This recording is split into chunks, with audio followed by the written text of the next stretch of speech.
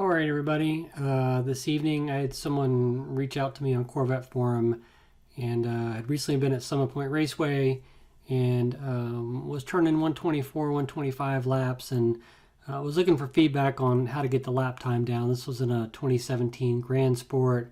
They had done an FE7 conversion on the car, and it specifically noted my lap times where I'd managed to get down on the 119s.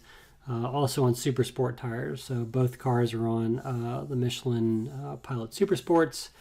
And so I just want to go ahead and do a breakdown, looking at the data of my best lap and his best lap to kind of figure out, okay, where the delta is. I will say his lines were generally pretty good. Just watching the video, I didn't see anything there, but I think what you'll see here is it's a lot of little things. It's a lot of just doing things to carry more speed into the corner as well as add throttle through the corner. So let's just start at the beginning of the lap. Here we are, passing start finish, and I'm in red. The other gentleman is in blue here, and you can see there's a fairly decent speed delta there, about 4 miles an hour, really all the way down the straight. And so that alone is worth some time. I mean, if you go ahead and look at the delta time, we start out obviously at 0-0.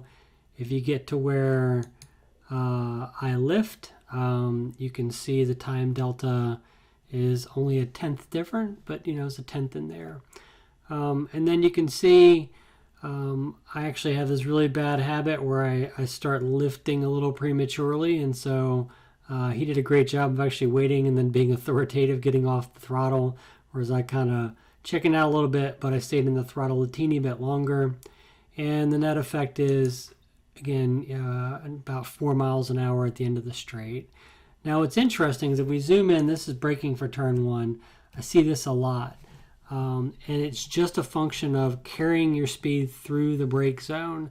Even if you're afraid to brake later, if you can brake a little earlier and just brake softer and roll that speed further, there's a ton of time to be gained. So just looking at kind of the brake zone here, from here to, let's get down to about here and try to negate the higher min speed that I have. There's a big time gap. So 0.41 to 0.1, so about 0.3 of a second I made up just in that braking zone. And that's just by carrying more speed through the brake zone. And then also my min speed is a good bit higher going through turn one. So you can see I'm back on the throttle earlier. I'm back on the throttle a lot more authoritatively. I'm actually relying on PTM here. And again, he's kind of much slower ramping up the throttle through the exit of turn one, whereas I'm back to full throttle here very early on in the process. It's probably worth looking at the line a little bit here to see if there's any differences. So we'll go ahead and bring up our map and we'll scroll in. And another thing you can see is he starts crabbing over early, right? So I'm staying to the left, staying to the left, staying to the left, and then turning in, whereas he starts drifting over earlier and makes a much shallower turn into turn one. The net effect is when we get down the apex, he's still kind of pointed off the track a little more than I am, and I'm able to add back the throttle and then drift out a little bit further as we're exiting turn one here at Summit. So moving forward from there, we'll go ahead and scroll forward. Again, that faster throttle application, higher min speed. I should note he's actually an automatic, so he's an A8, so that car is actually going to generally accelerate a little bit better than the manual is. But you can see, again, there's this big speed delta all the way on the run from 2 to 3, at least until we get to this point where I have to go ahead and do a 3-4 shift, and he catches up. I see this all the time with automatics. He's able to kind of close that gap. But prior to that, the speed delta here is, again, about 4 miles an hour. And that run from here, 0.68 seconds, to here, 0.96 seconds. Again, 0.3 of a second on that run from 2 to 3. Heading to turn 3, again, we both kind of have this lazy tail off lifting for 3, but I do stay in the gas longer. The net effect is a little more speed, a little bit longer. I also don't brake as much, so particularly look at the apex of 3 here. You can see there's a much higher min speed, about 6 miles an hour in my case.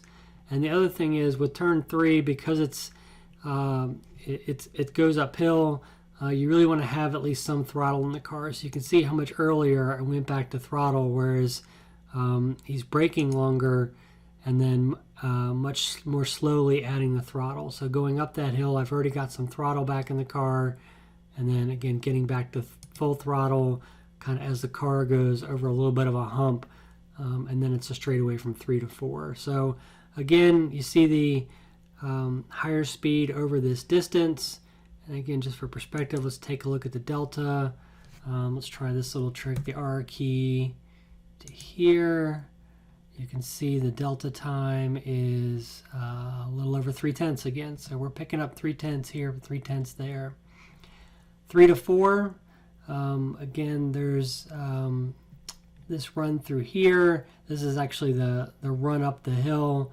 Both of us brake a little bit for 4, which is the chute. He brakes a lot more than I do though. So whereas our speeds are fairly similar at this point, we're both doing about, well, I guess I'm actually a couple miles an hour faster. If you look at the speeds through the actual chute, it's a good, 7-8 miles an hour. So this time delta again adds up to, if we go down to the apex of 5, another ½ second in there. So get out of that again. So speed through the chute, braking for turn 5.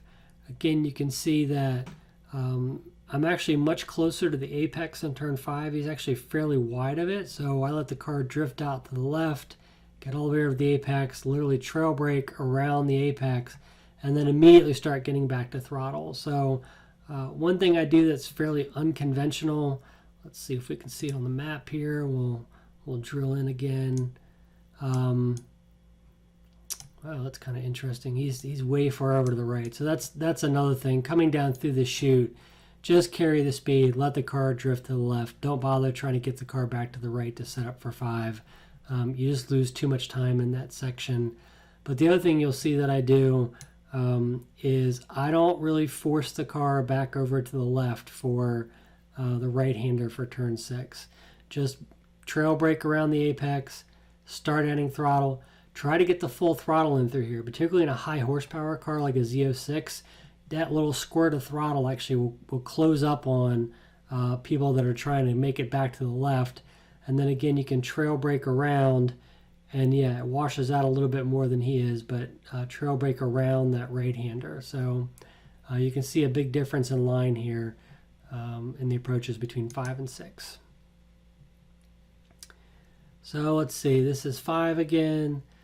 Again, 6, what we see is just much more speed going into it, much more throttle through 6. Taking every opportunity I can to just goose it, a little bit of gas, get a little more speed. You're just trying to balance the car, find the absolute limit going around the carousel. It's great because it's a fairly safe place to really play with the limits of the car. This big dip in the throttle is right here, and what this is coming around the carousel. If you lift off the throttle a little bit, you actually shift some weight to the nose, points the car in, helps you get back over to the right.